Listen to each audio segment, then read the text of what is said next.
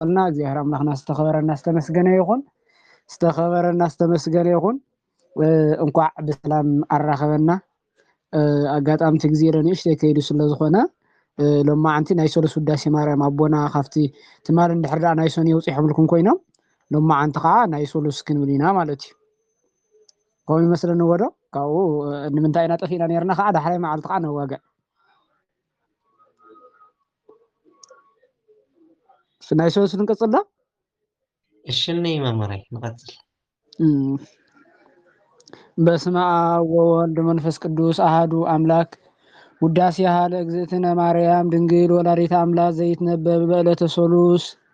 ንፍጥረት ሳልሳይ ንምስጋና ካልኣይ መዓልቲ እዩ ኣብዚ መዓልቲ እዚ ቤትና ትመፅእ ናይ ብርሃን ድንኳን ይትከል ናይ ብርሃን መጋረጃ ድባብ ይዝርጋሕ ናይ ብርሃን ምንፃፍ ንፀፋኡ ኮይና ሰላም ለከ ኦ ኤፍሬም ፍቁር የትብሎ ንሱ እውን ተዓጢቁ ይነሲኡ ይቆውም ወዲ ሰኒ ትብሎ ክርክር ብዕለተ ሰኒ ተወዲ እዩ እሞ ባረክኒ ይብላ ባረከተ ወልድየ ወአቡሁ ወመንፈስ ቅዱስ ይህድር በላዕሌከ ኢላ ባሪኻቶ ተባሪኹ ምስጋና ይጅምር ውዳሴ ዘሰሉስ ውዳሴ በሰሉስ ውዳሴ ሃለ እግዝእትነ ማርያም ድንግል ወላዲተ አምላክ ዘይትነበብ በዕለተ ሶሉስ እንተበለ ኩሉ ሓደ እዩ ቃለ ጸሓፊ እዩ በዕለተ ሶሉስ ዝንበብ ዝትርጎም ዝጽለይ ዝድገም ምስጋና ክብል እንከሎ እዩ ንሱ ግን ነገሩ አክሊለ ምክህነ ኢሉ የምጽኦ ኣብዚ መዓልቲ እዚ እምበይትና ነገስታት መሳፍንት ደናግል አኽቲላ ትመጽእ አክሊለ ምክህነ አክሊለ ናይፍቱይ ምክህናይ ናይውዙይ ወቀዳሚተ መድኃኒትነ ቀዳሚት ናይፍቱይ መድኃኒት ካለ ወመሰረተ ንጽህና መሰረተ ናይፍቱይ ንጽህና ናይውዙይ ኮነ በማርያም ድንግል ተገበረና እዚኣ ከዓ እምቤትና እያ አንድም አክሊለ ምክህነ አንተ ንስኻ ዳዊት ምንም ስርወ መንግስት እንተ ተባሃልካ ናይ መመክሕና ዘውዲ ናይ መመክሕና ዘውዲ ምዃን ናይ መመክሕና ዘውዲ ምርካብ ወቀዳሚተ መድኃኒትነ ንስኻ እያስውን ምድም መድኃኒት እንተ ተባሃልካ ናይ ድሕነትና ጀማሪ ምዃን ናይ ድሕነትና ጀማሪ ምርካብ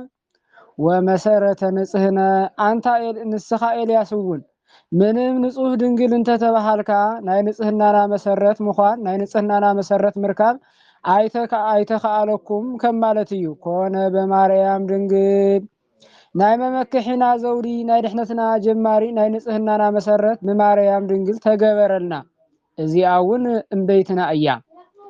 አንድም አክሊለ ምክህነ አክሊሎሙ ለመላእክት ከምዝብሎ አክሊለ መላእክት ዝበሃል ጎይታ ወቀዳሚተ መድኃኒትነ ጥንተ ህይወቶሙ ከምዝብሎ ጥንተ ህይወት ዝበሃል ጎይታ ወመሰረተ ንጽህነ ይጸውር ድደ ወይ ነብር ጠፈር አሃዚ ዓለም በራሁ ኩሉ ህዝብ ውስተ እዴሁ ወመሰረተ ዓለም ለሊሁ ከምዝብሎ መሰረተ ዓለም ዝበሃል ጎይታ ኮነ በማርያም ድንግል በማርያም ድንግል ሓደረ ተረኸበ እዚኣ እውን እምቤትና እያ ኣብ ትማሊ ኣብ ናይ ትማሊ ጉባኤ ሽማ ማርያም ኢሉ ኣይጸዋዓን ካብ ትማሊ ሎማዓንቲ እንተለመዳ ሽማ ማርያም ኢሉ ጸዋዓ ስለምንታይ እንተበሉ ብናይ እንግዳ ወይ ከዓ ብናይ ጋሻ ልማድ ጋሻ ኣብ ዝመፀሉ ግዜ ኣብቲ ዕለት ሽሙ ጸዊዖም ኣየጻውትዎን ሓዲሩ ምስ ወግሐ ሽሙ ጸዊዖም የጻውትዎ ማርያም ማለት መርህ ለመንግስተ ሰማያት ማለት እዩ ንምእመናን ንኩሎም ምእመናን መሪሓ መንግስተ ሰማያት ትእቱ እያሞ አንድም ማርያም ማለት ውህብት ማለት እዩ ንግዚኡ ንንአና አባ ተዋሂባ እያሞ ፍጻሚኡ ግን ንምእመናን ኩሉ እናማለደት ጸጋ ክብሪ ተሁያሞ አንድም ማርያም ማለት ፍጽምቲ ማለት እዩ ንግዚኡ መልክዕ ምስለም ግብአት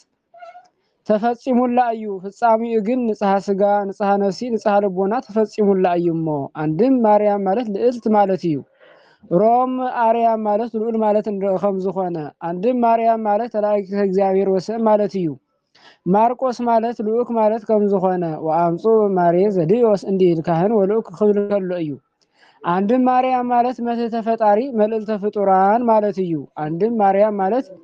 ማህበረ መሃይምናን ወመሃይምት ማለት እዩ አንድም ማርያም ማለት እግዝእተ ብዙሃን ማለት እዩ አብርሃም ማለት ኣብ ብዙሃን ማለት ከም ዝኾነ ንሱ ድማ ዘዕብራይስጥ እሱም ንዑማ ዘዕብራይስጥ አይብሎን ኢሉ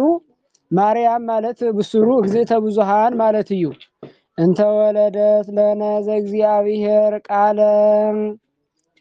መመክሕት ምዃና ብቅፅል አምጾ ናይ ኣብ አካላዊ ቃል ዝወለድክልና ዘኮነ ሰብአ በእንተ መድኃኒትነ ንዓና ንምድሓን ሰብ ዝኾነ እምድህረ ኮነ ሰብአ ጥዩቀ አምላክ ፍጹም ውእቱ ብዝጎልሀ ብዝተረድአ ነገር ሰው ምስኮነ ፍጹም አምላክ እዩ። ሓራ ጥቃ መናፍቃን ተለዊጡ ሰብ ኮነ ይብሉ እዮም እሞ አምላክ ፍጹም በሎም በዚ ይርትዑ። ወበእንተዝ ወለደቶ እንዘ ድንግል ይእቲ ስለዚህ ነገር ማሕተመ ድንግልና ከይተለወጠ ዝወለደቶ መንክር ሃይለ ወሊዶታ ዘኢይትነገር ድንቅ ዝኾነ ናይ ምውላዳ ስራሕ ዘይምርመር እዩ። አንድም ዘይምርመር ናይ ምውላዳ ስራሕ ድንቅ እዩ። ሰአሊ ለነ ቅድስት አምላክ ፍጹም ወድኺ ጽነቲ ብድንግልና ሽልምቲ ብቅድስና እምበይትና ጸግኡን ክብሩን ከይኸልአና አእምሮኡን ለቡኡን ጸግኡን ክብሩን ከይኸልአና ለምንልና አእምሮኡን ለቡኡን እሕድርልና እስመ በፈቃዱ ብናቱ ፍቃድ ወበስምረተ አቡሁ ብናይ አቡኡ ፍቃድ ወመንፈስ ቅዱስ ብናይ መንፈስ ቅዱስ ፍቃድ መጻ ወአድኀነነ እስመ መጻ ክብል እንከሎ እዩ ካብታ ዓለም እቲ ናብዛ ዓለም እዚ መፂኡ አድሒንና እዩ እሞ መንክር ሃይለ ወሊዶታ ዘኢይትነገር ንዝበሎ አንድም እስመ በፈቃዱ ብናቱ ፍቃድ ወበስምረተ አቡሁ ብናይ አቡኡ ፍቃድ ወመንፈስ ቅዱስ ብናይ መንፈስ ቅዱስ ፍቃድ መጻ ወአድኀነነ ካብታ ዓለም እቲ ናብዛ ዓለም እዚ መፂኡ አድሒንና እኮ እዩ። እንታይ እዩ እስመ በፈቃዱ እንዝበሎ አይናእኸለን ነይሩ ወበስምረተ አቡሁ ወመንፈስ ቅዱስ በለን ተበሉ ሓደ ግዘት ስላሴን ተልዕሎም እዩ። ስላሴ አዳም ንፍጠር በሉ አብ መንፈስ ቅዱስ አይፈጠር ስሑት ፍጥረት እዩ በሉ። እግዚአብሔር ወልድ ግን ብዝተፈለየ አካሉ አነ ክወሓሶ እየ ይፈጠሩ ኢሉ ነበረ። አዳም ዕፀ በለስ በሊዑ ኣብ ዝሰሓተሉ ግዜ ወመጽአ በኩር ይብል ብግዲ ብወሓስ ተታሒዙ እዩ መፂኡ ዝብሉ መናፍቃን ነበሩ እሞ ብናቱ ፍቃድ ብናይ አቡኡ ፍቃድ ብናይ መንፈስ ቅዱስ ከም ዝኾነ ንምርዳእ ከምዚ ይበለ። እነሱ ንሳቶምስ እንታይ ዝበሉ ሒዞም እዮም ተላዒሎም እንተበሉ በእርገይተ ኢሳይያስ መጽሐፍ ሰማይኩ እንዘ ይእዝዞ እግዚእ ለእግዚእየ ወይቤሎ ህልፍ አናቅጸ ሰብአቱ ሰማያት ወረድ ሀቤሁ ለመልአከ ሞት ዝብል ሒዞም እዮም ተላዒሎም። አብይ ውእቱ ስብሃተ ድንግልናቺ ማርያም ድንግል ፍጽምቲ ኦምበይትና ብክብረ ኣብ ልዕሊ ክብረ ወሊድ ክብረ ድንግልና ተዋሂቡ እሞ ወዳኺ ክብሪ ፍጹም እዩ። ረከብቺ ሞገሰ እግዚአብሔር ምስሌቺ እግዚአብሔር ካብ ስጋኺ ስጋ ካብ ነፍስኺ ነፍሲ ወሲዱ ሰብ እንተኾነ አንድም በጸጋ እንተሓደረኪ ክብሪ ባለማልነትን ረኺብኪ እሞ አብይ ውእቱ ንዝበሎ አንቲ ውእቱ ሰዋስው ዘርእየ ያዕቆብ እምድር ዘይበጽሕ እስከ ሰማይ ወመላእክተ እግዚአብሔር ያዕርጉ ወይወርዱ ውስቴታ ያዕቆብ አፍኖተ ሎዛ ደረጃ ዘለዋ መላእክት እንትወጹላ እንትወርዱላ ንጉስ ተቐሚጡላ ዝረአያ ናይ ወርቂ መሳለል ንስኺ ኢኺ እዚ እስከ መእዩ እንተበሉ ያዕቆብ ምስ ሓው ኤሳው ተጻሊኡ ናብ ሓወቡ ናብ ላባ እንትኸይድ ምድሮ ሎዛ ምስ በጽሐ ምድሪ መሰዮ መንገዲ ሰይሩ ድንጋይ ተንተርኢሱ ሃረሰ። አፍታ ዝተተርእሳ እምኒ ደረጃ ዘለዋ ናይ ወርቂ መሳለል ተተኺላ መላእክት ወርዱላ ንጉስ ተቐሚጡላ ይርኢ። ብንጉህኡ ተሲኡ ዛቲ እቲ ሆታ ለሰማይ ዘይትሃነጽ ቤተ እግዚአብሔር ኢሉ ዘይተፍሲሱላ ድንጋይ እምኒ ተኽሉላ ይኸይድ። እዚ ምሳሌ እዩ። ሰዋስው ናይ እምበይትና ወርቅ ናይ ንጽህና ናይ ቅድስና ደረጃ ወይ ከዓ እርከን ናይ ማህፀና ንጉስ ናይ ወልደ እግዚአብሔር ምሳሌ መላእክት እንትወፁ እንትወርዱ ምርአዩ ቀደም መላእክት ሰብ ዝጸለየ ጸሎት ዘቕረበ መስዋዕት ንምዕራግ ኣይወፁን ኣይወርዱም ነይሮም። ካብን በይትና መውላድና ካብን በይትና ወድ ካብን በይትና ንድሓር ግን ሰብ ዝጸለየ ጸሎት ዘቕረበ መስዋዕት ንምዕራግ ዝወፁ ዝወርዱ ኮይኖም እዮሞ አንድም መውፅኦም ሰብ አምላኽ ምዃኑ ምውራዶም ከዓ አምላኽ ሰብ ምዃኑ የርድእ እብን ወይ ከዓ እምኒ ናይ ትንቢተ ነቢያት ኣብኡ ኣብኣ ጸኒዓ ምርኣዩ እምበይትና ብትንቢተ ነቢያት ጸኒዓ ናይ ምንባር ምሳሌ ወወድንዲ ሳል ወተኒ ዘነቢያት ከም ዝብል አንድም እምኒ ናይ አሕዛብ ዘይት ናይ ሜሮን ምሳሌ አንድም እምኒ ናይ ታቦት ዘይቲ ከዓ ናይ ሜሮን አይልወጥን ሰባሱ ናይ መስቀል ምሳሌ ሰአሊ ለነ ቅድስ ያዕቆብ አፍኖተ ለዛ ካብ ዝረአየ ወድኺ ጽንዕቲ ብድንግልና ሽልምቲ ብቅድስና እምበይትና ጸግኡ ክብሩ ከይኸልአና ለምንልና አእምሩኡ ልቦንኡ ሰአሊልና ሕድርልና አንቲ ውእቱ ዘርእየ ሙስየ በነደ እሳት ወይትውኢ ሙስየ ኣብ ደብረ ሲና ብነደ እሳት ተኸቢባ ነደ እሳት ሰፊርዋ ጫፋ ከይተቃጸሉ ዝረአያ እንጨቲ ንስኺ ኢኺ ዘውእቱ ወልደ እግዚአብሔር መጻ ወሃደረ ውስተ ከርስቺ እዚ እውን ነደ እሳት ዝበሎይ ትርጉም ነደ እሳት ዝበልክዎ እውን ካብታ ዓለም እቲ ናብዛ ዓለም እዚ መጺኡ አማህ ጸንኪ ዝሓደረ ወልደ እግዚአብሔር እዩ እዚ ነደ ዝበሎይ ትርጉም ነደ እሳት ዝበልክዎ ካብታ ዓለም እቲ ናብዛ ዓለም እዚ መጺኡ አማህ ጸንኪ ዝሓደረ ወልደ እግዚአብሔር እዩ ወእሳተ መለኮቱ እያውአየ ስጋቺ ባህርየ መለኮቱ ማህተመ ድንግልናኺ አይለወጦን አንቲ ውእቱ እጽ ንዝበሎ እዚስ ከመ እዩ እንተበሉ ሙሴ ኣብ ደብረ ሲና ማዕዶ ኣብ ደብረ ኮርየብ በጊዑ ኣውፊሩ እንተብልዕ ሃመልማል ምስ ነበልባል ምስ ሃመልማል ተዋሂዱ ረአየ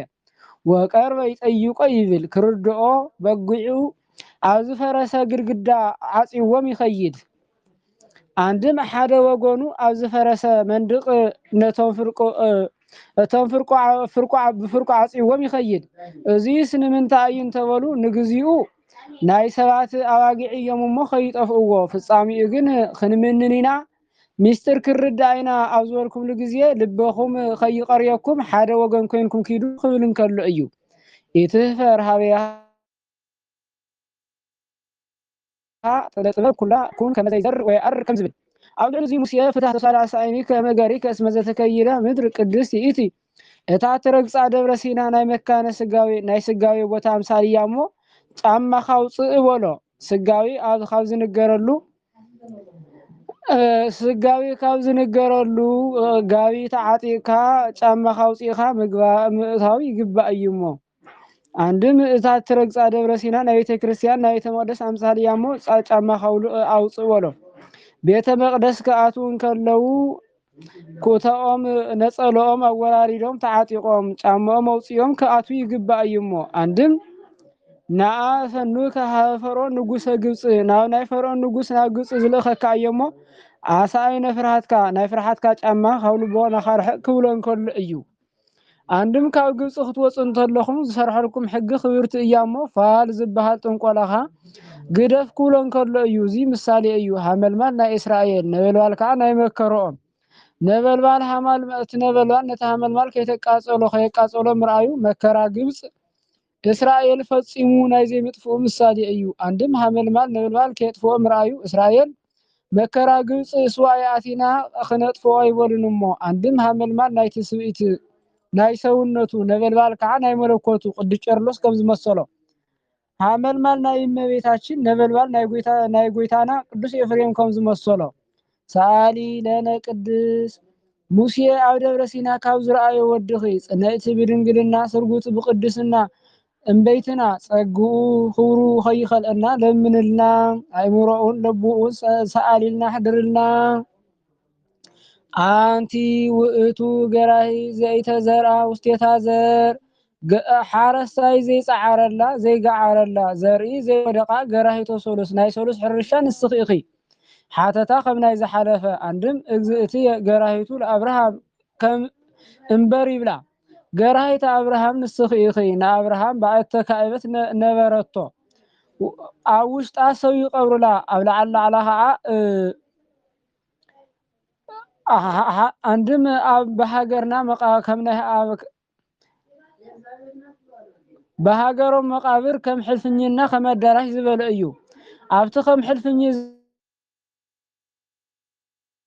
زبل درق يساي يقوم طلوع أبت خم الدراج زبل غاني حد فرساي يقوم طلوع نزي وين بعد تكايبت زي كعب بعد تكايبت نازوله يأتو كازو أزوله يأتو نساون دنجل بخلتيو دنجل يامو عندم جبر حرساي زي سعرلا زي قعرلا جرهيت موسى نسخي موسى ካብ ባለሟልነቱ ዝተለዓለ ኣርየኒ ገጸከ በሎ ኣልዎ ዘይርኢ ገጽ ወያህዩ ኣሃተ ሰዓተ ገጸ ይርዩ ሓንቲ ሰዓት እንኳን ክጸንሕ ዝኽእል የለን በሎ እንድሕር ከምዚ ኮይንስ ንምንታይ ደኣ ፈታዊኻ ተባሃልኩ በሎ ኣይ እንድሕር ደኣ ከምዚ ደሊኻስ ገበ ሓረስታይ ዘይፀዓረላ ዘይጋዓረላ ዘርኢ ካብ ዘይወደቐላ ሕርሻ ስርናይ ዳሊኻ ሰውአለይ በዚ ክግለጸልካ እየወሎ ሙሴሰ የዋህ እንኩሎም ደቂቀ እስራኤል ይብሎ ንግዚኡ ትርከብ መሲልዎ ብሕሊንኡ ክባኽን ሓሪሩ እዩ ጌታ ግን ከምዚ ማለቱ ብዘርኢ ብሩካቤ ካብ ዝተወለተ ድንግል ብዘይ ዘርኢ ብዘይ ሩካቤ ካብኣ ተወሊደ መስዋዕቲ ኮይኑ ኣብ ዝቐርበሉ ግዜ ኣብ ደብረ ታቦር ክግለጸልካ ይኽብሎ ከሎ እዩ መምህር ጴጥሮስ ግን ናይ ሓፂን መደብ ኣስሪሑ ኣብ ልዕሊኡ ሓመድ ኣደልዲሉ ማይ እናስተየ ክትበቕለሉ መሲልዎ 40 ዘመን ሙሉእ ተሸኪምዎ ክዘውር ነይሩ እዩ ኢሎም ተርጊሞሞ እዮም ወፃ እምኔቺ ፍሬ ህይወት ወፃ ካብ በልኩ ኢሉ ፍሬ ህይወት ኢሉ እምበር ተወለደ ክብል እንከሎ እዩ ፍሬ ህይወት እግዚእነ ኢየሱስ ክርስቶስ ካብ ስጋኺ ስጋ ካብ ነፍስኺ ነፍሲ ወሲዱ ሰብ ኮይኑ ተወለደ አንቲ ውእቱ መዝገብ ዘተሳየጠ ዮሴፍ ወረከበ በውስቴታ ባህሬ እንቆ ክቡረም ዮሴፍ እናጸፍዕ ዝኸበረላ ድልቢ ንስኺ ኢኺ አንድም ዮሴፍ ዝገዝኣ ኣብ ውሽጣ ዕንቁ ዝረኸበላ ሳጹን ንስኺ ኢኺ ዮሴፍ ንጉዳዩ ንዕዳጋ ምስ ወፀ ሳጽን ዝተቆለፈ ሳጽን ገዚኡ እንተተመለሰ ከፊቱ እንተራያ ሙሉእ ዕንቁ ይረኽብላ እዩ እዚ ምሳሌ እዩ ዕንቁ ናይ ጌታ ሳጥን ናይ ቤትና ወልድሰ ይትመሰል በዕንቆ ባህሪ ስጋሃ በስጋሁ ወብርሃና በመለኮቱ ከም ዝብል አንድም ዮሴፍ በትሩፋተ ደሙ ዝገዝአኪ ኣብ ውሽጣ ከዓ ኣመናዊ ዕንቁ ወልደ እግዚአብሔር ዝረኸበርኪ ሳጹን ንስኺ ኢኺ እዚ እውን ሓቢር እዚ ዮሴፍ እዚ እቲ ምስኣስተስ ናብ ግብፅ ዝተሰደደ እዩ ዘውእቱ መድሃኒነ ኢየሱስ ክርስቶስ ዕንቁ ዝበልክዎ ዕንቁ ዝበሎ ይትርጉም እዚ ዕንቁ ዝበልክዎ መድኃኒትና ኢየሱስ ክርስቶስ እዩ ተጸውረ በከርስቺ ብኣማይ ጸንኪ ወሰንክዮ ወወለድችዮ ውስተ ዓለም በዚ ዓለም ኣብዛ ዓለም እዚ ዝወለድክዮ እስመ ጾርቺ እስመ ወለድችዮ ክብል እንከሎ እዩ ኣብ ኣማይ ጸንኪ ወሰንክዮ ኣብዛ ዓለም እዚ እውን ወለው ኣብ ኣማይ ጸንኪ ወሰንክዮ እሞ ኣብዛ ዓለም እዚ እውን ወሊድክዮ እሞ ሰአሊ ለነ ቅድስት ብዕንቁ ካብ ዝተመሰለ ወድኺ ጽንዕቲ ኢልና ሽልምቲ ብቅድስና እመቤትና ጸጉኡን ክብሩን ከይኸልአና ለምንልና ኣእምሩኡ ልቦንኡ ሰአሊልና ኣሕድርልና ተፈስሒ ኦ ወላዲተ እግዚ ሐሴቶሙ ለመላእክት ናይ መላእክት ተድላ ሓጎሶም እምቤትና ተፈስሒ ደስ ይበልኪ መላእክት ብንጽህና በቅድስና ዝመስሎም ሲኢሎም እንትነብሩ ብንጽህና በቅድስና እንተመሰለቶም ደስ ይልዎም እዩሞ አንድም ሐሴቶሙ ለመላእክት ዝበሎ ንጎይታይ ቆጽሎ ለሊሁ ዓለሞም ወለሊሁ ፀሐዮም ወለሊሁ ተድላሆም ከም ዝብል ተፈስሒ ኦ ንጽህ ዜናሆሙ ለነቢያት ናይ ነቢያት ዜና ትንቢቶም እምቤትና ተፈስሒ ደስ ይበልኪ ነቢያት ንዓ እንተልዕሉ ናታ ነገር እንትጻወቱ ይነብሩ ነበሩ ወድንግል አምሳል ወትንቢት ከም ዝብል ተፈስሒ እስመ ረከብቺ ሞገሰ እግዚአብሔር ሲቺ እግዚአብሔር ስጋ ካነሰ ነሲ ወሲዱ ሰው እንተሆነ አንድም ብጸጋ እንተሓደረኪ ክብሪ ልዕልና ባለማልነትን ረኺብኪ ኢኽሞ ተፈስሒ ደስ ይበልኪ ተፈስሒ እስመ ተወከፍቺ ቃሎ ለመልአክ ውሳ ኩሉ ዓለም ኩሉ ደስ ዘብል ናይ መልአኩ ቃል ከም ዘካርያስ ከይተጠራጠርኪ ዘይተጠራጠርኪ ተፈስሒ ደስ ይበልኪ እንደን ከም ዘካርያስ ከይተጠራጠርኪ ከም ኒቆዲሞስ ከይተኸራኸርኪ አሚንኪ ተቀብልኪ እኽሞ ተፈስሒ ደስ ይበልኪ ህዝበ ፍሪቆን ተወክፍዎ ወለለሰ ተወክፍዎ ወሃቦሙ ስልጣን ወልደ እግዚአብሔር ይኩን ከምዝብል ፍስሐ ኩሉ ዓለም ኢሉ ንጎይታ ይቀጽል ዮም ተወልደ ፍስሐ ዘይከውን ለክም ወለኩሉ ዓለም ከምዝብል ተፈስሒ ኦ ወላዲተ ፈጣሪ ኩሉ ዓለም 22 ስነ ፍጥረት ዝፈጠረ ጌታ ዝወለድኪ እምበይትና ተፈስሒ ደስ ይበልኪ። ሰአሊ ለነ ቅድስ 22 ስነ ፍጥረት ካብ ዝፈጠረ ወድኺ ጽንዕቲ ብድንግልና ሽልምቲ ብቅድስና እምበይትና ጸግኡ ክብሩ ከይኸልአና ለምንልና አእምርኡ ልቦንኡ ሰአሊልና ሕድርልና። ተፈስሒ እስመ ድልወ ተሰመይቺ ኦ ወላዲተ አምላክ እሙነ ክብል እንከሎ እዩ ብሓቂ ናይ አምላክ ዶ ተባሂልኪ እኽሞ ተፈስሒ ደስ ይበልኪ። በሐቂ ያለ ንስጥሮስ እሶቼት እሰመ ወላዲተ አምላክ አማንቼት እሰመ ወላዲተ ሰብ ኢሉ ነበረሞ አንድም ድልወስ ክብል እንከሎ እዩ ብዝግባእ ናይ አምላክ ዶ ተባሂልኪ እኽሞ ደስ ይበልኪ። ብዝግባእ በለ ብሰውነቱ እምበር በአምላክነቱ አይትወልደንሞ አኮ ወልደ ማርያም በመለኮቱ ዘእንበለ ዳይሙ በትስብእቱ ዘነስኦ በአምሳለ ላይክ ከምዝብል አንድም ድሉ ተክብል እንከሎ እዩ በቂዕኺ እንተተረኸብኪ ናይ አምላክ ዶ ተባሂልኪ እኽሞ ደስ ይበልኪ። ሶስተ ረከበ ስጋሃ ቅድስተ ወነፍሳ ክብርተ ፈጠረ ለቱ መንፈስ ቅዱስ ሕያወ መቅደሰ ከምዝብል ተፈስሒ ኦ መድኃኒታ ለሔዋን ናይ ሔዋን ድሕነታ እምበይትና ተፈስሒ ደስ ይበልኪ። ሔዋን ድሕነታ በለ ዘንጊዖም ይኸብሩ ብውላድ ወዲቆም ትስዑ ብኢድ ከምዝብሉ በሓንቲ ብሔዋን ኩሉ ምን ምዝራብ እዩ። ሰሎሞን ዝበሃል በዓለ አእምሮ ንጉስ ነበረ። ካብ ዕለታት ሓደ መዓልቲ ሓጢያት ሰሪሑ ካብ ማሕበር አበው ተፈልዩ ሓዚኑ ተኪዙ እንከሎ መልአክ ክጥይቆ መፀ። ሓዚኑ እንተረኸቦ እንታይ ዳ ኮይንካ ሓዚንካ በሎ። አነ ዘይሓዘንኩ መን ከይሕዘን ሓጢያት ሰሪሐ ካብ ማሕበር አበው ካብ ማሕበር አቦታት ተፈልየ በሎ። አይዞኻ ስላሴ አዳም ኣብ ዝፈጠሩሉ ግዜ ንጽሕቲ ዘርኢ ብሔዋን ተቀዲሓ እያ። ካብ ሔዋን ብሴት ካብ ሴት ክትወርድ እንትዋረድ ብኖር ተቀዲሓ እያ። ካብ ኖህ ብሴት ተቀዲሓ እያ። ናብቶም ክልቲኦም ዕውዳት ኣሕዋቱ ክኸይድ ኣይበለትን። ካብ ሴም ብአብርሃም ተቀዲሓ እያ። ካብ አብርሃም ብይስሐቅ ተቀዲሓ እያ። ናብቶም 7 ኣሕዋቱ ክኸይድ ኣይበለትን። ካብ ይስሐቅ ብያዕቆብ ተቀዲሓ እያ። ሓደ መዓልቲ ተዘሪኦም ናብ ዝተዓፀዱ ናብ ኤሳው ክኸይድ ኣይበለትን። ካብ ያዕቆብ ብይሁዳ ተቀዲሓ እያ። ናብቶም 11 ዕውዳት ኣሕዋቱ ክኸይድ ኣይበለትን። ካብ ይሁዳ ክትወርድ ክትዋረድ ብእሴይ ተቀዲሓ እያ። ካብ እሴይ ብዳዊት ተቀዲሓ እያ። ናብቶም 7 ዕውዳት ኣሕዋቱ ክኸይድ ኣይበለትን። ካብ ዳዊት በባኻ ተቀዲሓ እያ። ካባኻ ከዓ ብሮብዓም ተቀዲሓ እያ። ካብ ሮብዓም ዝተወለደ ነቲ ካብ ሮብዓም ዝተወለደ ናይ ኢዮርብዓም ወገናት ፀሊኦም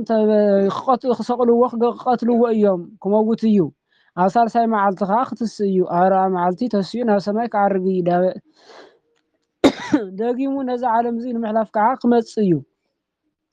አይዞኻ ኣብዚ ግዜ ንሱ ንዓ ዝፀነሰ ንዓ ዝወለደ ኩሉ ፍዳ መርገም ኣይረኽቦን በሎ። ናታ ኣቦታትማ ክንደይሉ ብናታ ተስፋ ዝኣመነ ብናታ ኪዳን ዝፀንዐ ፍዳ መርገም ኣይረኽቦን ኢሉ ነጊርዎ እዩ። ሕዚ ዘርኢ ከም ማይ ዝቅዳሕ ኮይኑ ይኮነ እንታይ ደኣ ብኣዳም ናይ ኣዳም ዝነበረ ንፅሓ ጠባይ ከይረስሓ ተረኺባ እያ እሞ ተፈስሒ እንታጦቺ ሃሊበ ለዘይሸስዮ ለኩሉ ፍጥረት ስጋዊ ደማዊ ብዘናዊ አውቂሉ ብፀሓይ ኣብሲሉ ዝምግብ ጎይታ ናይ ድንግልናኺ ፃባ አጽዩክዮ እሞ ተፈስሒ ደስ ይበልኪ። አንድም ስግኡን ደሙን ዝምግብ ጎይታ ናይ ድንግልናኺ ፃባ አጽዩክዮ እሞ ተፈስሒ ደስ ይበልኪ። ተፈስሒ ኦ ቅድስት እሞሙ ለኩሎም ሕያዋን ናይ ሕያዋን አዲኦም እምበይትና ተፈስሒ ደስ ይበልኪ። ሕያዋን ቦሎም ናይ ጻድቃን ሕያዋን ዝበሎም ጻድቃን ሰማዕታት እዮም። ብነፍሲ ሕያዋን እዮም። እንታይ የመስግነንቲ እንተበለቶ ናብ ካሊእ ኸይዱ እንተበሉ ናብ ካሊእ ምኻዶ አይደለም መንግስተ ሰማያት ዝውረስ ከአብ ዝወሰደ ስጋ እዩሞ። አንድም እሞሙ አለ ዮሐንስ ለምን ዝመሰለ ሁሉ ናይ ሓደራ ናይ ፍቅሪ አዴና እያሞ ነዋ ወልድቺ ኣብ ዝበለሉ ግዜ ነዋ ወልድቺ ክብል እንከሎ እዩ። ነዋ እምክ ኣብ ዝበለ ግዜ ነዋ እምክሙ ክብል እንከሎ እዩ። ናንቃ አዱ ሃቤቺ ትስአሊ ለነ ቅድስ ለምንና ክትልምንና አይናህሊና ናባክን ሰቀለና ሰአሊ ለነ ቅድስ ሊቁ ለምሳሌ ለነ ቅድስት ሊቅ ከምዘ የተናገረው በዙ ይፍለጥ። ኦ ድንግል ኦ ቅድስት ኦ ወላዲተ እግዚእ ጌታ ዝወለድኪ ኦ እምበይትና እስመ ወለቺ ለነ ንጉሰ መንክር ምስጢር ሀደረ ላዕሌኪ ለመናንቲ እዚአነ ድንቅ ዘብል ምስጢር ድንቅ ዘብል ተዋህዶ አዋኽን ተተገበረ ንጉስ ወልደ እግዚአብሔር ወልድክልና ይኽሞ ናንቃ ደሃቤች ናባኺ ነንቃዱ አንድም እስመ ኢሳይያስ ሰማዮ መንክር እግዚአብሔር በላዕለ ቅዱሳኒ ከምዝብል አንድም ዘመንክር በአርያም ዝበሃል ጎይታ አባኽን ተሓደረ ድንቅ ዘብል ምስጢር ድንቅ ዘብል ተዋህዶ አባኽን ተተገበረ ንጉስ ወልደ እግዚአብሔር ወልድክልና ይኽኮ ናርም ምስመ ኢንክ ልፈጽሞ ጥንቅቀ ነጊረ በእንተ በዩ ለውእቱ ገባሬ ሰናያት በብዙ መንክር ራእይ ለውእቱ ፈጣሪ ፍጥረታት ክብል እንከሎ እዩ በወርኢ እግዚአብሔር ከመሰናይ ከምዝብል ብዙ ህብረ ጾታ ብዙ ህብረ መልክዕ ዝፈጠሮ ናይ ጌትነት ነገር ፈጺምና ጠንቅና ምንጋር ምዝራብ አይካለላንሞ ናርምም ዝም ጥርቅም ንበል ብዙ ህብረ ጾታ ካብ አፍ ካብ አራዊት ካብ እንስሳ ይርከብ ቀይሕ ጸሊም ረጉድ ቀጢን ሓፂር ነዊሕ እዩ አንድም ብፀሓይ ብቀላይ ብሓዊ ዝምሰለሉ ጎይታ ብፀሓይ ብቀላይ ብሓዊ ዝምሰለሉ ጎይታ ናይ ጌትነቱ ነገር ፈጺምና ጠንቅና ክንዛረብ አይንኽእልናሞ ናርምም ጥርቅም ንበል አንድም እበዩ በብዙ መንክር ራእይ እዩ እበይ ያለው ስጋዊ እዩ አተርጓ ያምሰል ብዙ በትንቢት ዝተመሰለሉ ናይ ስጋዊኡ ነገር ፈጺምና ጠንቅና ምዝራብ አይካለናንሞ ናርምም ዝም ጥርቅም ንበል ብዙ ህብረ አምሳል በአምሳለ ሐመልማል ወነበልባል በአምሳለ ጸምር ወጠል በአምሳለ አንበሳ መፍር በአምሳለ እብን ቅውም በአምሳለ መካ ብእሲ መካ እዩ ብዙ ህብረ ትንቢት ናሁ ድንግል ጸንስ ወትወልድ ወልድ ወነገረኒ ከመ ሕፃን ወከመ ስሩ ዘውስተ ምድር ጽምዕ ጽጌ አስተርአየ በውስተ ምድርነ ወምድርኒ ትሁ ፍሬሃ እስመ ምኔች ይወፅእ ንጉስ ዝበሎ እዩ አንድም ለውእቱ ወሃበ ሀብትታት ክብል እንከሎ እዩ ሀብትቼ ሰናይ መንፈስ ቅዱስ ከምዝብል ሀብተ መንፈስ ቅዱስ ከመ አእምሮ ስፍሓት ከመ ሃይማኖቱ ጽንዓት እናኸፈለ ዝህበሉ ናይ ስጋዊ ነገር ፈጺምና ጠንቅና ምንጋር አይካለናኒሞ ናርምም ጥርቅም ንበል ሀብተ መንፈስ ቅዱስ ዝወሃብ ከመ አእምሮ ስፍሓት ከመ ሃይማኖቱ ጽንዓት እዩሞ በአምጣነ ይደልዎ ይወቆ ከምዝብል ሰአሊ ለነ ብዙ ህብረ ብዙሃትን ከምሰሉ ወደ ኸይጸነይ ድንግልና እንዴትና ጸብኡ ክብሩ ከይኸልአና ለምንልና አይምሩኡን ልቡኑን ሰአሊና ሕድርልና ቃል አብ ሕያው ዘወረደ ውስተ ደብረ ሲና ናብ ደብረ ሲና ዝወረደ ናይ አብ አካላዊ ቃል ወወሃበ ህገ ለሙሴ ንሙሴ 10 ቃላት ጽሒፉ ዝሃበ ናይ አብ አካላዊ ቃል ወከደነ ርእሰ ደብር በጂሜ ወጢት በጽልመት ወነፋስ ናይቲ እምባ ርእሲ ናይቲ እምባ ጫፍ ብክፋት ጠልፈነና ወደላገስ መፍራት ወከሎ ርቆም ፈሪሖም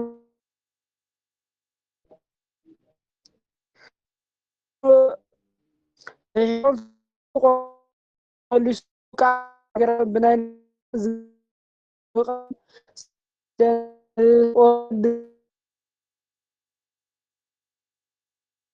ምንና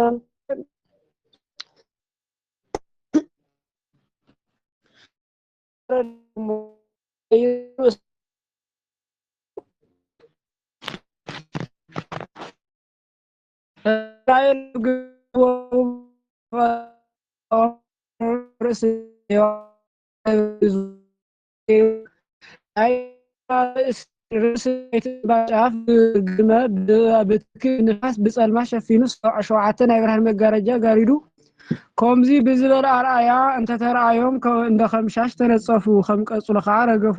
ስለምንታይ እንተበሉ ብናይ ንጉስ ልማድ ንጉስ ናኡ ንዝመጸ ሰብ ኣብ ብጣዕሚ መፍርሒ ዝኾነ ልብሱ አርኦድ አንቀጥቅጥ ዝበሃል ናይ ልብሰ መንግስቱ አሎ ንሱ ለዊሱ እቶም ሓያላት ብጸጋም ብየማን አሰሊፉ እተው በወ ይብል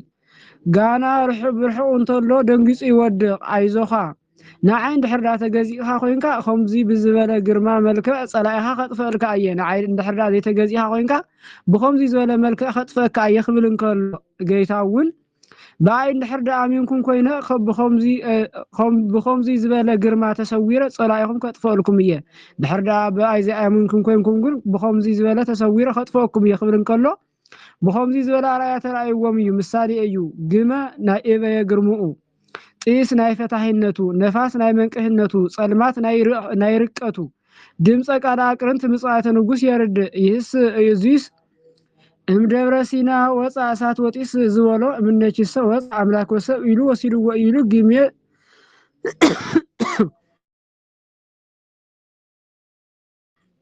ግመ ሰብ ምዃኑ ሰብ እንትኸውን ናይ ዘመርማሩ ምሳሌ እንዘ ሰብሂ መኑ ይክል ያእምሮ ከም ዝብል እሳ ሓዊ ናይ መለኮቱ ድምፀ ቃል አቅርንት ምጽአተ ሰብአ ሰገል የርድእ እዚ እውን እምደብረ ሲና ወፃ ድንጋጼ ወሃቁ በላዕለ አይሁድ ዝበሎ እምነችሰ ወፃ ድንጋጼ ወሃቁ ላዕለ ሄሮድስ ወላዕለ አራዊቱ ወላዕለ ሰራዊቱ ላዕለ ዲያብሎስ ወላዕለ አጋንንት ኢሉ ወሲድዎ እዩ። ኦ ደብረ ነባቢት በትህትና እምበይትና ካብ ልሃት ሓደ መዓልቲ መጽሐፈ ኢሳይያስ እንትትምልከት ናሁ ድንግል ትጸንስ ወትወልድ ወልደ ኣብ ዝብል ዓንቀጽ ምዕራፍ በጽሐት ኣብዛ ሰበይቲ እዚኣ ኣብ ዘመና በጺሐ ወፅየ ወሪደ ኢላ ተመንያ ነበረት እምበር ኣነ ተዝኸውን ኣይበለትን መፍቀሬ ሰብ ተሰብአ እምኔቺ ዘእንበለ ውላጤ መፍቀሬ ሰብ በትህትና ተሰብአ በትህትና እዩ ሰብ ፈታዊ ዝኾነ ንሱ ብዘይምልዋጥ ካብ ስጋ ክስጋ ካብ ነፍሲ ክነፍሲ ወሲዱ ሰብ ኮነ ፍጹመ ስጋ ነባቢ ከማና ዝናገር ዝዛረብ ስጋ ዝተፈጸመሉ ንሱ ተሰብአ አንድም ፍጹመ ስጋ ነባቢ ዘከማነ ከማና ዝናገር ስጋ ተዋሂዱ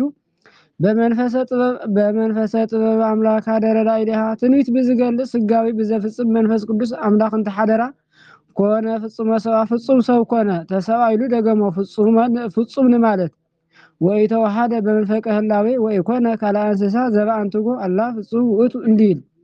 ከመያድህን ወይ ስራይ ኃጢአቱ ለአዳም ናአዳም ከድሕኑ ኃጢአቱ ንኸስተስርየሉ ወያንብሮ ሰማያት በሰማያዊ ማዕርግ በሰማያዊ መናብሮ ከንኸንብሮ ወያግብኦ ሀበ ዘትካት መንበሩ በበየ ሳሂሉ ወምሕረቱ በፍጹም ይቅርቱ ናብ ናይ ቀደሙ ቦቱ ናብ ናይ መጀመርታ ቦቱ ናብ ናይ ቀደሙ ክብሩ ንክምልሶ ሰአሊ ለነ ቅድስ በፍጹም ይቅርቱ አዳም ናብ ናይ መጀመርታ ቦቱ ናብ ናይ መጀመርያ ክብሩ ካብ ዝመለሶ ወድኺ ጽንዕቲ ብድንግልና ሽልምቲ ብቅድስና እምበይትና ጸጉ ክብሩ ከይኸለና ለምንልና አይምርኡ ልቦንኡ ሰአሊልና ሓደረልና ያለ ድንግል ይትጋሃል ለተነግሮ ናይ ድንግል ገናነታ ምዝራብ አይከኣልን ምዝራብማ እንታይ እንተበሉ ንዓ ከም ዝግባእ ጌርካ አይከኣልን ክብል እንከሎ እዩ እስመ እግዚእ ሃረያ ጎይታ መሪፅዋ እዩ ምምራፅማ ሓንቲስካ ሓንቲ እትምረፅ ዳይኮነን እንተበሉ ንሳ ግን እትምረፀሉ ግብሪ ሒዛ እንተተረኸበት መጻ ወሃደረ ላዕሌሃ ዘይሃድር ውስተ ብርሃን አልቦ ዘይቀርቦ ምምርማር ገንዘብ ብምግባር ዝቀርቦ ኣብዘይብሉ ብርሃን ባህሪኡ ጸኒዑ ዝነብር ንሱ ካብታ ዓለምቱ ናብዛ ዓለም እዚ መፅኡ ኣብ ማሕፀነ ሓዲሩ እዩ እሞ ያለ ድንግል ይትካሃል ለተነግሮ ነዝበሎ ለሊከ ብከ ተከደንከ ወለሊከ ብከ ተንጦላይከ ስውር ብከ ህላዌከ ከም ዝብል ተፀውረ በከርሳ ሰዓተ አውርሃ 9 ወርሕን 5 መዓልትን ኣብ ማሕፀነ ሓደረ አንድም ሓዲሩ እዩ እሞ ያለ ድንግል 5 መዓልቲ ካበዮም ጽዎ እንተበሉ መጽሐፍ ዝጎደሎ መሊኡ ዝመልኦ ከዓ ጉሊሉ ምዝራብ ልማዱ እዩ እሞ ካብዚ ሁሉ ሰሎሞን ወነበርኩ ውስተ ከርሰ እሚ የተሳተ አውርሃ ሮጎ ወተገለጽኩ ስጋ ከመኩሎም ኢሉ እሞ ሶሎሞን ካብ ተጀመረ ኢሉ ሰሎሞን ካብ ተጀመረ ኢሉ ጨሪሱ ተናጊሩ ግን ዝጨረሰ ጉሊሉ ተዛሪቡ ዘይትረአይ ወዘይትአወቅ ሰብ ካብ ምዃኑ አቀዲሙ ሰብ ኣብ ዝኾነሉ ጊዜ ሰብ ድሕሪ ምዃኑ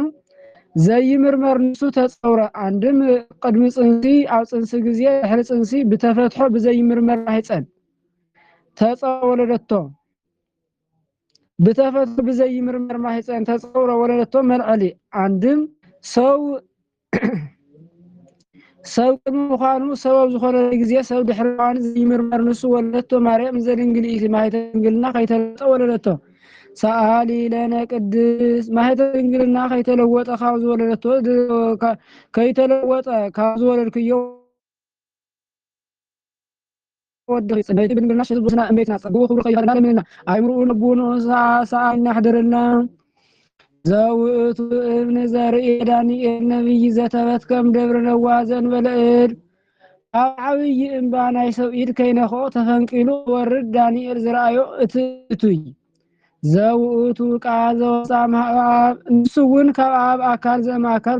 بحريز ترخبه يا اكل اوقالي مصاوته سوام ديزن ولا زرابسي ካብታ ዓለም ናብዛ ዓለም እዚ ሞጽ ካድግል ናይ ብዘይ ዘርአ ብናይ ሰብኣይ ዘርኢ ሰብ ኮነ ዋን ሃለን ኮይኑ ድሕነና ዘውት ዝበሎ ዘውት ቃል ምድር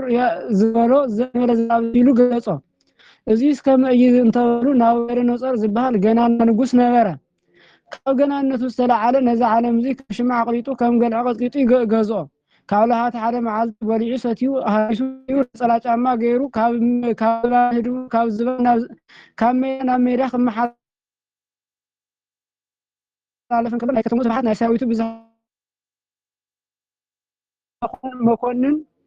ክወጽ ኻቱ ፍታሕ ተዕጠቕ እንትረድ እንትቅጥቀጥሪኡ አንስ ነዛ ዓለም እዚ አሊ ከም ሽማ አቅሊጠ ከም ገልዐ ቀጥቂጠ ገዛኽዎ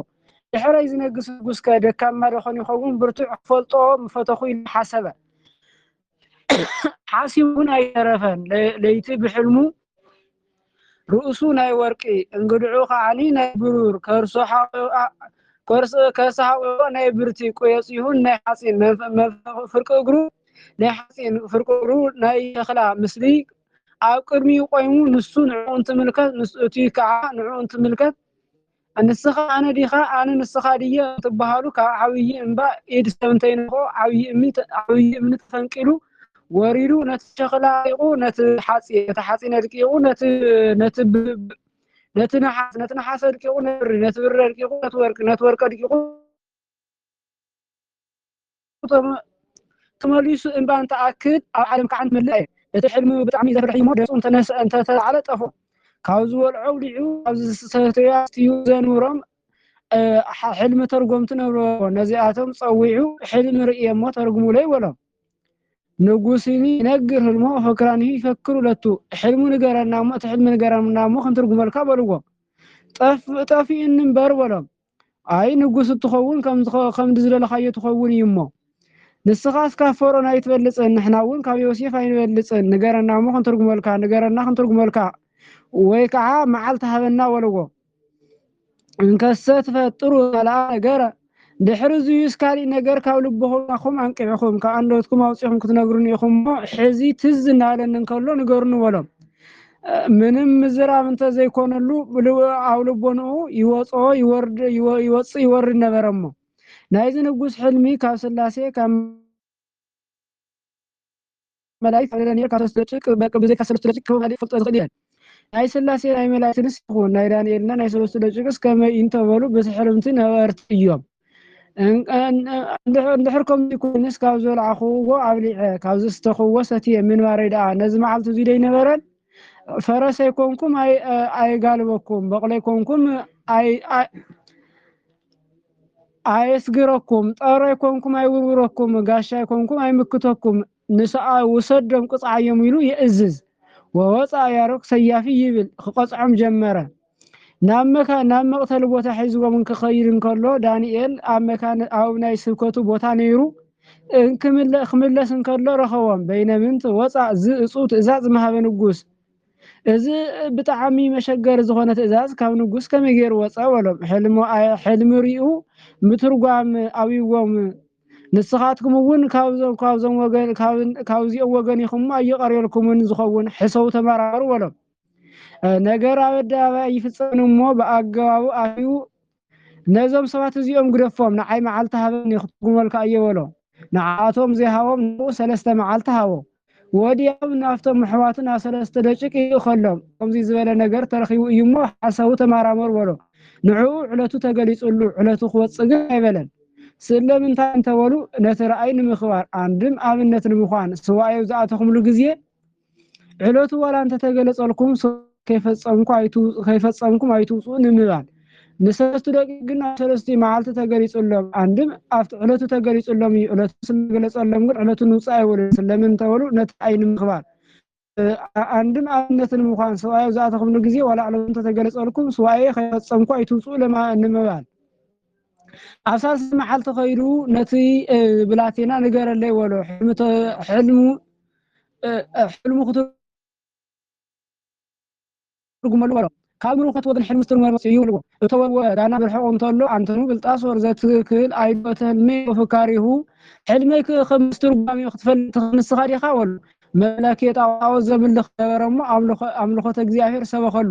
ሕልም እኮ እግዚአብሔር ዝገለጸሉ ይትርጉም ወሎ በል ንገረኒ ወሎ ካብልሃት ሓደ መዓልቲ በሊዕኻ ሰቲኻ ነፀላ ጫማ ጌርካ ካብ ሜዳ ናብ ሜዳ ክትመሓላለፍን ከለኻ ናይ ከተማኻ ስፍሓት ናይ ዘሃዊትካ ብዝሓት ናይ ሰይቲ ወይዘሮ ናይ ወዲ መኮንን ክወፅእ ክወርድ ክፍታሕ ክርዕ ክንቅጥቀጣ ርኢኻ ነዛ ዓለም ከም ስምዐ ቐይጠ ከም ገልዐ ቐይጠ ገዛእኽዎ ድሕረይ ዝግነግስ ንጉስ ከደካማ ደኾን ይኸውን ብርቱዕ ክፈልጦ ኢልካ ሓሰብካ ሓሲብካ እውን ኣይቀረኻለይ እቲ ብሕልምኻ ርእሱ ወርቂ ርእሱ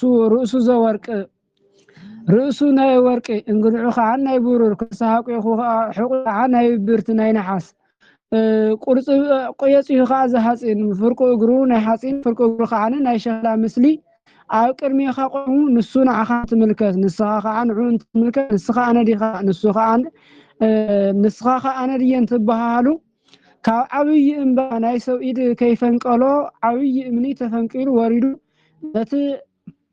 ሸኽላ አልቂቁ ነቲ ነሓስ አልቂቁ ነቲ ሓጺን አልቂቁ ነቲ ብሪ አልቂቁ ነቲ ወርቂ አልቂቁ ተመሊሱ እምባን ተኣክል በዓል ትመልእ ኣይረኻን ቦሎ ዝንቱ እቱ ሕልመይስ እዩ ወፍቃሪ ትርጓሚ ንገረኒ እምበር ወሎ ርእሱ ዘወርቅ ዝተባሃለ ንስኻ ኢኻ ወርቂ ናይ ኮም ንዋያት ርእሱ እዩ ንስኻ እውን ንጉሰ ነገስት ኢኻ እሞ እንግዲያው ዘብሩር ዝተባሃለ ዳርዮስ መንግስተ ሜዶን እዩ እዚ ብሪ ማዕረጉ ካብ ቅን ታሕቲ እዩ ካብ ቀረዩ ኣቁሕት ከዓ ንላዕሊ እዩ ካባኻ ቀፂሉ ዝነግስ ንሱ እዩ እሞ ከርሳቂ ዘብርቲ ዝተባሃለ ቂሮስ መንግስተ ፋርስ እዩ እዚ ብርቲ እዚ ወቂዕሞ ኮይኑ ካብ ርሑቕ ኮይኑ ይሰዓዩ ንሱ እውን ዜና መንግስቱ ካብ ጫፍ ክስማዕ እዩ እሞ ቁጥዑ ዝሃፂን ዝተባሃለ እስክንድር ንጉሰ ፅር እዩ እዚ ብረት እዚ 7 ማዕድናት ሓደ ይገብር ንሱ እውን 4 ማዕዝነ ዓለም ሓደ ገይሩ ይገዝእ እዩ እሞ መንፈቀ እግሩ ዝሃፂን ወንፈቀ እግሩ ዘልህቅ ዝተባሃለ ከዓኒ ናይ እስክንድር ናይ ስጋ ደቁ እዮም እዚ ሳይኮነን ፈላስፋ እዩ ልጅ ውላድ የውልድ እሱን ዘምሱ ክትሓይስ ክትልኩመን እዮም እቶም አየት በጥዩሞስ አንታኮስ ይባሉ እቶም ኩማት ካስ ፕሮፎስ ድምያጣንስ ይባሉ እዚ ሁሉ አሪቀውን ትመለስ እንባን ተአክል በዓሉን ትመልእ ምራይካ ልዑል እግዚአብሔር ዳሕራይ አባህ ባሪኡ ዝገብሮ ናይ ስጋ አምላኽነት ናይ አምላኽ ሰምዃን ገሊጹልካ ኢሉ ተርጊሙ ነገሮ ወማይደ እሉ ይመጽእ ንጉስ ሰማይ ወምድር ከም ዝብል ጌታ ዝመጽእ መዓዘ በመንግስት ኮይኑ በመንግስቱ ይንበር እንተበለ በመንግስት ይወራር ርእሱ ዘወርቅ ዝተባሃለ መንግስት ባቢሎን እዩ እንግዲህ አሁን ዘብሩር ዝተባሃለ ከዓ መንግስተ ሜዶን እዩ ካቆ ዘብርት ዝተባሃለ ከዓ መንግስተ ፋርስ እዩ ቆየጽዩ ዘሓጺን ዝተባሃለ ከዓ መንግስተ ጽር እዩ መንፈቀ እግሩ ዘሓጺን ወመንፈቀ እግሩ ዘልቅ ዝተባሃለ ከዓ መንግስተ ሮም እዚ ሳይኮነን እንተባለ ከርሳቂ ዝተባሃለ መንግስት የጽር መንግስተ ፋርስ መንግስት ጽርን መንግስት ፋርስን ደርቡ ቆየጽዩ ዘሓጺን መንግስተ ሮም መንፈቀ እግሩ ዘሓጺን ወመንፈቀ እግሩ ዘልቅ ዝተባሃለ ብሮም አውሮም ዝነግሱ ነገስታት እዮም እዚ ሁሉ አልቂቁ ተመሊሱ እንባን ተአክል በዓለም ትመልእ ምራይካ ልዑል ዳሕራ በባህሪኡ ዝገብሮ ናይ ስጋ አምላኽነት ናይ አምላኽ ሰምዃን ግልጽልካ ኢሉ ተርጊሙ ነጊርዎ እምር ኤስድሮስ ርእሱ ዘወርቅ እንግዳው ዘብር ከሳቆ ዘብር ዝተባሃሉ አሰለስቲ ሰማያ ዝነብሩ በላይት እዮም ቀጽዩ ዘሓጺን ዝተባሃሉ ከዓ አዩ ዘለዋ ጋንት መንፈቀ እግሩ ዘሓጺን ወመንፈቀ እግሩ ዘልቅ ዝተባሃለ ከዓኒ ኣብዛ ዓለም እዚ ኣመተ ተድር ዘለዋ ጋንት እዮም እዚ አርቂቁ ተመሊሱ እንባን ተአክል ዓለም ትፈልእ ምራይካ ከዓኒ ልዑል እግዚአብሔር በባህሪኡ ዝገብሮ ብጣዕሚ ረቂቕ ዝኾነ ናይ ምጽአት ነገር ገሊጹልካ ኢሎም ተርጊሞሞ እዮም ሰአሊ ለነ ቅድስ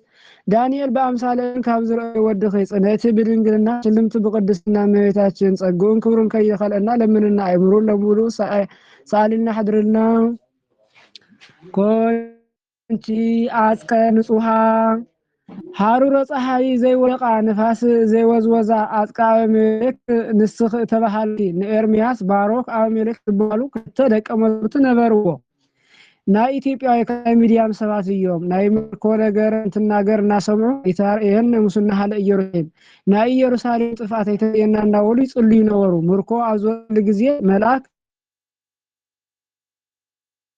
ለኤርሚያስ ጸዋይ ምርኮ በጽልዩ ባሮክ አብረ ነገስት ሓሉ ቦሎ ኢልካስ ደዶ ንአመለካ ዓኒ ንድያን ንቀው አጸበለስ አቀውስ ካምጸና ቦሎ አምጸ ቦሎ ኢልካ አምጽ ኢልካ መሰወቃ ሒስካ ስረዶ ቦሎ ባሮክ መቃበ ነገስት ሓሉ ይሉ ሰዶ ንአመለካ ንድያን ንቀው አጸበለስ አምጽ ኢሉ መሰወቃ ሒዙ ሰዶ አመለክ አጸበለስ ቆሪጹ አሞ ሰወርቅ ገይሩ ክምለስ እንከሎ ቀትሪ ነበረሞ ናይ ፀሓይ ሃሩር ጽይዕዎ ኣብ ትሕቲ ዛፍ ዓረፈ ወዲያው ህራስ ወሰዶ ኣብ ዕለቱቲ እስራኤል ተማሪኾም ፋርስ ባቢሎን ወሪዱ 66 ዓመት ሃሪሱ ተሲኡ ቅንዕ ኢሉ እንተረኣየ ሰዓት አጋጢምዎ ካብ ዝሃረሰ ሰዓት ንእሽተይ ሕልፍ ኢሉ ረኸቦ ግዜ ሓሊፉ እዩሞ መምህረይ ቁጣዕ ኢሉ መስወርቅ ከፊቱ እንተረኣየ ደማ እናተንጸፈ ቆጽላ ከይጠውለ ረኸባ ኣብ ኣይዘን ባዕኹ መለድ ጀመረ እቲ ጎደና ተለዊጥዎ ሳዕሪ በቂሉ ረኸቦ አይ ህራሰይ ዘገለሰለ ዘይለቀን ኮይኑ ህራሰይ ዲ ዘይለቀለ ኮይኑ ወይስ አይሙረይ ተወሲድን እዩ እናበለ ከውጽእ ከወርድ እንከሎ ኣብታ ሃገር ሰብ ይሳልሙ ሓደ ሰብ ረኸበ አይ ኣብ 66 ዘመንማ እንታይ ሰብ ክርከብ ኢሉ መልአክ በአምሳለ አረጋዊት ተራእዮ አይቲ ሃሎ ኤርሚያስ መምህር እስራኤል አሃዊ ቦሎ ወአንተኑ ነግራ ለኢየሩሳሌም ንኢየሩሳሌም አሻሪኻ ኢየሩሳሌም እኮ ካብ ዝጠፈት 66 ዘመን እስራኤል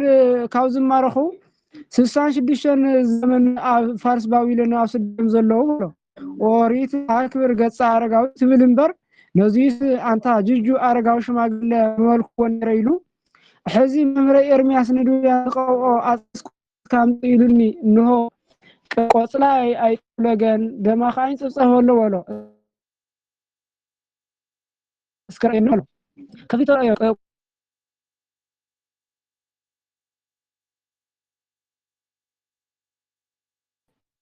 ድማንት ጽጸረኸበ ሰማ በሐቂ ጥዑይ ሰብያ ካብ መከራ ስለሰወረካ ይምበር ኢየሩሳሌም እኮ ካብ ትጠፍእ 66 ዓመት ኮይኑ ዋይ ወሎ እስኪ ምንታይ ወርሓት ይኻወጽኻ ወሎ አይ ዝወጻኽዎማ ወርሐ ዘርኢ ወሎ አይ ወርሐ ጽጌ ኮይኑ ካምባር ሕዝማ ወርሐ ጽጌ እዩ ወሎ እምባር ንዓና ምስሓው ባሮኽ ከረኸበካይ ወይዱ ገጠሞ ሳን ንኽሳር ተሓቂፎም ሓደ ሰዓት ጸኒሖም እዮም ወዲያው ሱኣይ ኣተው ንሚጠት 4 ዓመት ከም ዝቆረየ ተገሊጹሎም ፋርስ ባቢሎን ክልተ ዓመት ጎረና እዩ መን ከወስደና እናበሉ ከሓዝኑ እንከለው ተኣዘዘ አሞራ ከዓሽላ መጸ ደብዳቤ ሒፎም ኣብ ክሳድ ኣሲሮም ይትበል ለጸጋም ወይ የማን ኢሎም ሰደድዎ ኤርሚያስ እስራኤል ወገን ሰብ ሞይትዎ ካብ ነገስታት መቃብር ተኻሲሱ ከቀብር ኣብ ዝፈረሰ መንደቅ ዕፍ እንከሎ በቃለ ሰብኣዊ ኤርሚያስ ኢሉ ጸዋዕ እቲ ደብዳቤ ዓኒ አቅሽንደ የሉ ወዲያው ወከ በእግሩ ይብል በእግሩ ተተረገጾ ሙውተት እዩ እቲ ሙውት ከዓ ናይቲ ደብዳቤ ቃል ተዛሪቡ ተመሊሱ ዓሪፉ እዩ እቲ ደብዳቤ ከምዚ ይብል ነበረ ንሚጠት ንኽትምለሱ 4 ዓመት ቀሪኩም እዩ ካብ ኣሕዛብ ምስ ኣሕዛብ ዝተመርዑ ይፋታሕ ዝተፋታሕ ከዓ ናይ ወርዒ ይብል ነበረ እቶም ዝኣመኑ እቶም ጥዑያት ሚጠት እንድሕር ደኣ ዝግበረልና ኮይኑስ ኢሎም ዕለቱ ኣብቲ ዕለት እቶም ዝተመርዓው ተፋቲሖም እዮም ዝተፋትሑን ኣይተመርዓውን እቶም ዘይሆኑ ግን እንድሕር ወላ እኮ ትባ ምምላስ እንተተገበረና ኣስትና መንደኽ እውን ዝመርዓው ኮይኖም እዮም እቶም ዝተመርዓው ዝፋትሑ ዝይፋትሑ ኮይኖም ወዲያው ሚጠት ደረ በሕራ እቶም ዘይተ ኣይኹን ናይነት ወኩኑ ሕግ ዘይተቀበሉ ናይ ባቢሎን ሰባት ተግደፉ ሳቶም ሳንተ ገርሃ ይተخيሉ ወልዎም ዋላ ሀገር ተኾነ ሀገር ተኸይድና ቆምቆዱ ስንደላረኩ አይለኩም ቀበሉ መጽየም ይዞም በጣም ሸነፍዎም ተመሪስ ፋርስ ባርን ወዱ እትዝወ ፈተውን ተሰአኑ ዝሰአኑ ወይ ቃላወጡ ከምዝሉ መጀመሪያ ግረፉን ተወልናኩም ካው ጀሚሩ አይትخيዱ ተበልናኩም ይርኩም ሕዝብ አይነት ወኩም መሊሶም ሰለድዎም አው ግሮም ናብዘል አለለም ከይሎም ምድረ በዳ ቅኒዑም ነበሩ ሰመርናሃ ከምዙ ሰማርያ ኢሎም አየም እዛ ነዚያ ሽግሸን ካብ ቀጠልዋ ከይ ታሽግሽ ሳጅሽን ዓመት ካብ ቅጽልነታ ከይጠውለለ ደማ ከዓ ከይደረቀ ከምተረኽበት እዚ 66 ዘመን በስዋይ እንተ አተው ወይ ከዓ ንስዋይ እንተ መቀልዎ 10 ስዋይ ይኸውን 10 ስዋይ ይኸውን ንሽተይተፎ ኣብ 10 ስዋይ ውልዳው ዝነበረ ንጽሃ ጠባይ ከይረሳ ናይ ምርካባ ምሳሌ ወመጻች ከመሃለች ወይ ረሳች ከምዝል አንድም አጥቀውለተ ንጽይተ ይብል ናይ ወሙዳይ አሚን ናይ ሃይማኖት መርከብ ይኺ እበይና አንድም ሙዳይ ናይ እምቤትና አሚን ናይ ጎይታና ርትዕት ሃይማኖቶም ለቅዱሳን አበዊነ ዝቀንዐት ናይ ቦታትና ሃይማኖተይ ጠማማ ኣብ ሃይማኖተይ ጠማማ እዩ ኣብ ካዓንሽተ ይዝብል የለን ሞ ናትና ተዋህዶ ሃይማኖት ግን ዝቀንዐት ናይ ቦታትና ሃይማኖት እያ ኦ ንጽላሪታ ድንግልት አምላክ ዝወለድክ ንጽይት እምቤትና ድንግል ባፋበት ብውሽጥ አብን ንጽህቲ እኺ ወለርሺ ለነቃብ ናይ አካላው ቃል ወሊድክና ይኽሞ ኢየሱስ ክርስቶስ መልአ አንድም ቃላብ ኢየሱስ ክርስቶስ መጻ መድኃኒትና አካላው ኢየሱስ ክርስቶስ ካብታ ዓለምቲ ንመድኃና ንመድኃን አካላው ቃል ኢየሱስ ክርስቶስ ንዓና ንመድኃን ካብታ ዓለምቲ ናዛ ዓለምዚ መጽ ይሕንና ይሞ ሳሊ ለነ ቅድስ ካብታ ዓለምቲ ናዛ ዓለምዚ መጽ ካዘድሕና ወድኺ ጽነይቲ ብድንግልና ሽልምቲ ወድስና እምቤትና ጸጉ ክብሪ ከይኸለና ለምንና አይምሮ ቦኖሳ ይናህድርና አንቲ እሙ ብርሃን ክብርት ወላዲተ እግዚ አንቲ እሙ አምላክ ዝወለድኪ አንቲ አምላክ ዝወለድ ክብርትን ቤትና ናይ ብርሃን ዲው እመ ብርሃን ንስኺ እንተ ጸርቺ ወለቃ ዘይትራይ ሰው ቅልሙ ሰው ዝኾነለ ጊዜ ሰው ድሕር ምዃኑ ዘይመንዑ ሲንክ ይኹሙ አንቲ እሙ ንዝወሎ አንድም ድሕር ጽንሲ ኣብ ጊዜ ቅድሚ ጽንሲ ኣብ ጊዜ ጽንሲ ድሕር ጽንሲ ብተፈተ ብዘይምርመራ ማሕፀን ወሲንክ ይኹሙ አንቲ እሙ ንዝወሎ እንግራ ወለቺ ቻው ነበርቺ በድንግልና ንዑስ ወለድኩም በህትም ድንግልና ንርኪ ይኹሙ በስራት ወባረኮት ያብቺ መላእክት ለጭቃ አዳም ውስጥ ብደግ በነሲብ ስጋ መስግኑ ይሙ አንቲ እሙ አንድም ነበርኪ አንድም ያመስግኑ ሰዓሊ ለነ ቅድስ ካብዚ ለወድ ጽነይቲ በድንግልና ስለምት ወድስና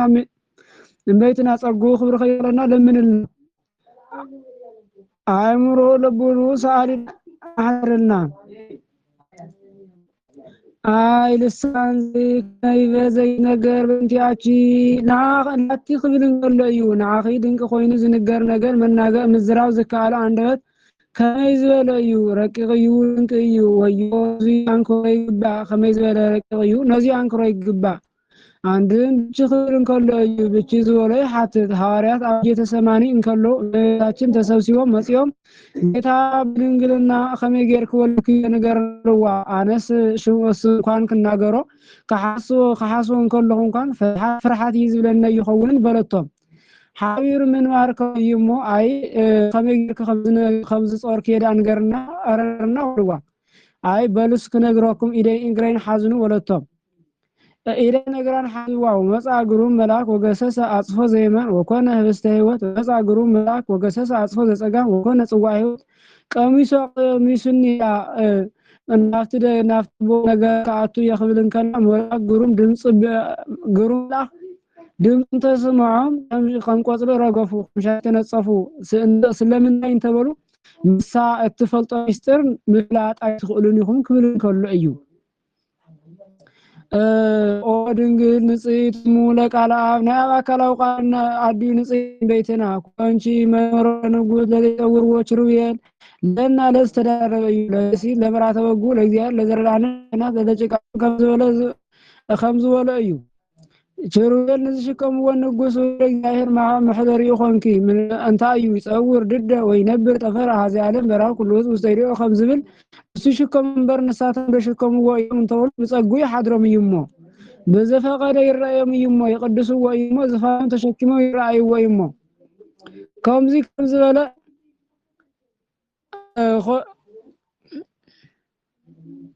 ከምዚ ዝበለ እምበር ዝሽከሞምስ ንሱ እዩ ናስተበጻቺ ኦብሩ ብሩክትን በይትና ጽውጽን ዘኪ ወነዘክር ስመቺ በኩሉ ትውልደ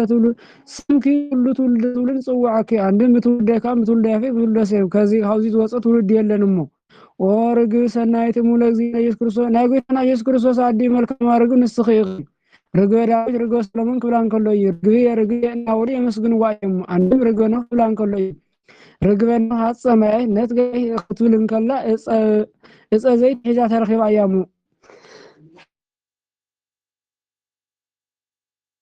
ለይትነውን ሀጸማይ ጽናት እንከላ ጎይታ ሒዛ ተረኺባ እያሙ አንድም ናታ ርግብነት ናቱ ርግብነት ይናገርዎ አብደ ተራዊ ጸሊማን ቆይሃን ኮሳኩሳን አርጋ አለው ምስያቶም ተሓዋጽ ጻዕዳ ርግብ ኣሎ እታ አውታረ ካኽረይ ክሰለይና ለ ይቃወሙ እቲ ሌዋዊ ካላት ሓደ መዓልቲ ከሰለይ ቀርኒሉ ብበትሪ ብዘንጊ ቀተሎ እዚ ምሳሌ እዩ ጻዕዳ ርግብ ናይ ጎይታና ምሳሌ ጻዕዳ በለ ጻዕዳ በመለኮት ቀይ በስዊት ይብሎ ይሞ ሌዋው ናይ ምሳሌ አውታረ ክረይ ክብጠሰለይሉ ይቃወም ከም ዝነበረ ጌታ ሐገወሪትን ከፍርስየና ላይ ይቃወም ነይሩ ይሞ ሌዋዊ ካብላት ሓደ መዓልቲ ከይበጠሰለይሉ ብዘንጊ ከም ቀተሎ አይሁን ጎይታና አንሰብለኩም እያ እንዳበለ ከምሮም ከሎ ጸሪኦም ተመንቅዮም ገሪፎም ናይ መስቃሎም ናይ መቅታሎም ምሳሌ ጸሊማን ቀያሃን ኮሳኩሳ ናይ አርጋብ ናይ ነቢያት ምሳሌ ጸሊማን ወሎም በዓል ሰከር አየሙ ቀይ ይሐንሎም ደሞ ኢየሱስ የሙሳሪ ቅዱስ ብጻዕር ተመሰለ ወድ ጽነቱ ብድንግልና ሽልም ቅድስና አንቤትና ጸጉ ክብር ይኸለና ለምንና አይሙ ልቦኑ ሳሊልና ድርልና ተፈሲሂ ኦ ማርያም ወአመት አድነት ምስድንግና ድንግልና መሰዶነት አተሐቢር ከሐስን ቤትና ተፈሲሂ ደስ ይበኪ አግብርተ ዲያውሎስ አይማት ዲያውሎስ አብስተዋሐዱ ወርሐት አግብርተ እግዚአብሔር አይማት እግዚአብሔር ምባል በጣም ደስ ይብልሞ እስመለዛ ውስተ ጽንጪ ሲብዎ መላእክት በኽንድኺው شخند خرجت حقيفك بيت حقيفك حسك يزحسك نزحسك يبات يا مسجو يا ما تفسي يسيبلش ودسيبلكي وشرو يري سغرو لتبا شرو يري بفرحت سغرو ليما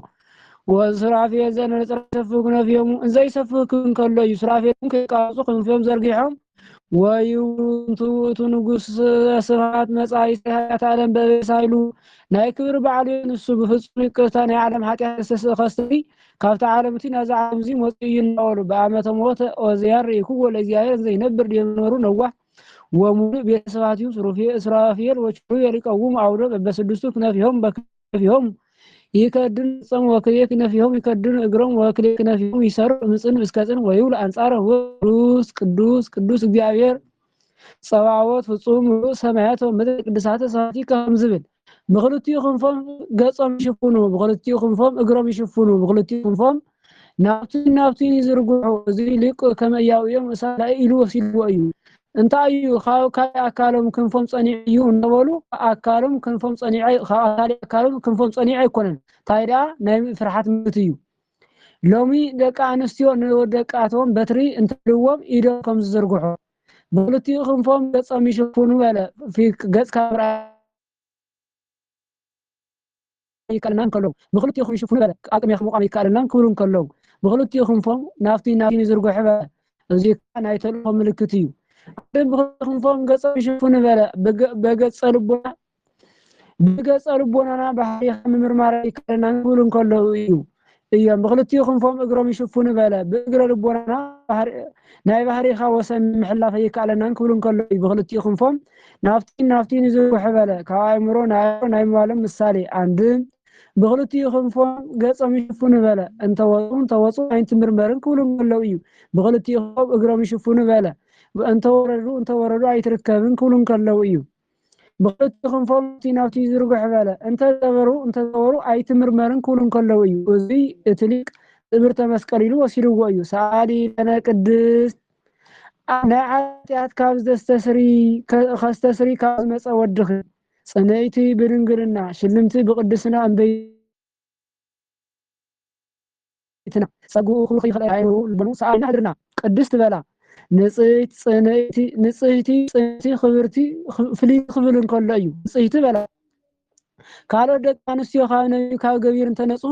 ካብ ሃልዮ ካብ ሓሳብ ኣይነፅሁን ንሳ ግን ካብ ሃልዮ ካብ ነቢብ ካብ ገቢር ንጽሕቲ እያ እሞ ወኢረኩሰት በምንትኒ እምዘፈጠራ ድንግል በህሊናሃ ወድንግል በስጋሃ ከም ዝብል ጽንዕቲ በላ ካልኦት ደቂ ኣንስትዮ እንተጸንዑ እስካብ ግዚኡ እዩ ዳሕግን ተፈትሖለዎም እዩ ንሳ ግን ቅድመ ጸኒስ ግዜ ጸኒስ ድሕሪ ጸኒስ ጽንዕቲ እያ እሞ ቅድሚ ጸኒስ ግዜ ጸኒስ ድሕሪ ጸኒስ ቅድመ ወሊድ ግዜ ወሊድ ጽንዕቲ እያ እሞ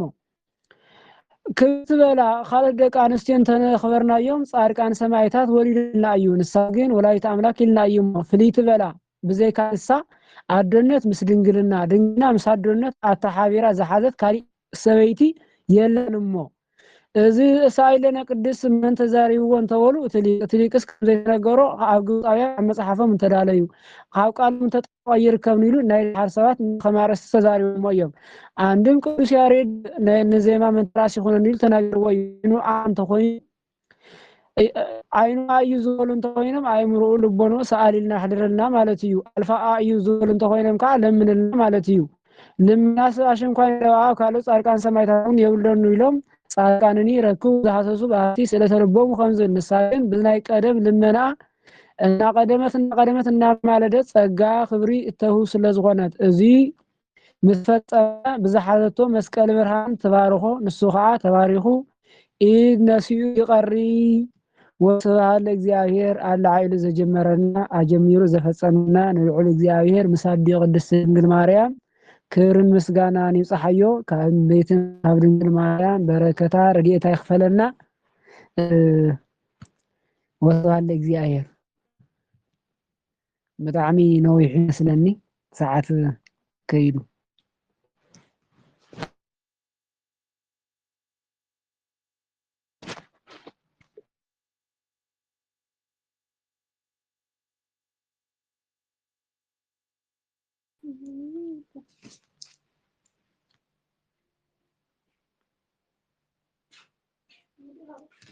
معلم صبر له شو هذا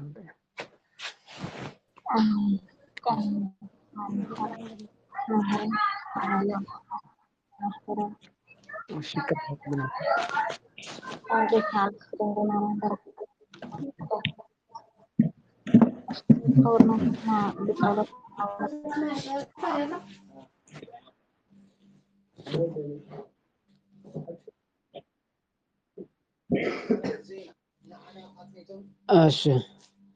ናይ ነባ ንቅዱስ ኤፍሬም ብውዳሴ ማርያም ነባ ባህርያቆስ ብቅዳሴ ማርያም ነባ ጊዮርጊስ ብሰዓታት ንቅዱስ ያሬድ ብድጓ ብፀመ ድጓ ብዝማሬ ሞሳይ ዝተለመነት እመቤትና ድንግል ማርያም ንዓና እውን ልመናና ጸሎትና እግዚአብሔር አምላክ ይስማዕና ናይ ዲና ናይ ድንግል ማርያም ፍቅራዊ ልቦናና ጸጋው ሰውነትና ጣዕመ ኻና አንደበትና እግዚአብሔር አምላክ ይሕድረልና ፍጻሜና ያጸብቀልና ማሕበርና የዳብረልና አቡነ ዘበሰማያት